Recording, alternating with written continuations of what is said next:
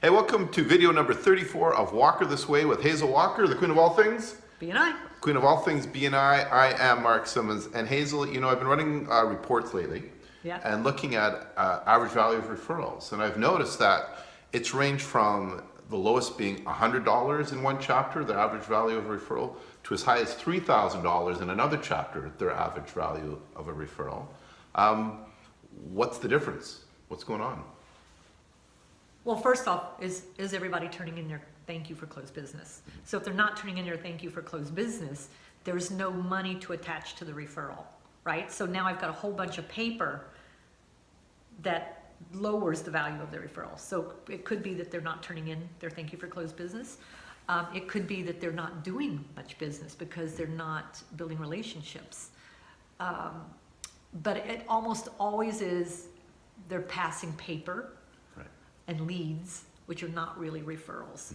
And so they're working towards the point for their power of one versus the business, right? So they're fudging, they're cheating the system by just turning in paper.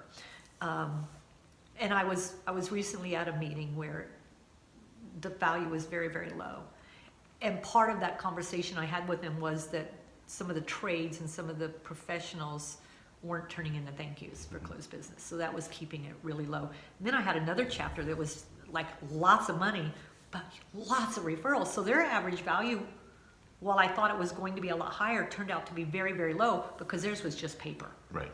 So that's the problem, is why are you turning in the referral? It's not a referral if 3 people are not involved.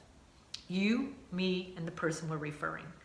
And a lot of the paper that's getting passed in is just, I stood up and said, anybody that needs their carpet cleaned, and someone goes, oh, I know someone that needs carpet cleaning, but they haven't talked to him and it's not even real. Yeah, so that's, and I like the average value of a referral because I think it's more realistic than the average value of the seat, right? Because we talk about the average value of a seat all the time, but we rarely talk about the average value of a referral. And I would encourage members to actually track their average value of referrals because then they'll know that the business they're getting is real.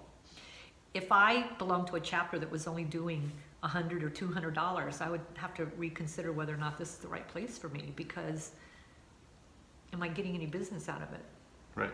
So it's easy, do more one-to-ones and turn in your thank you for closed business. Yeah.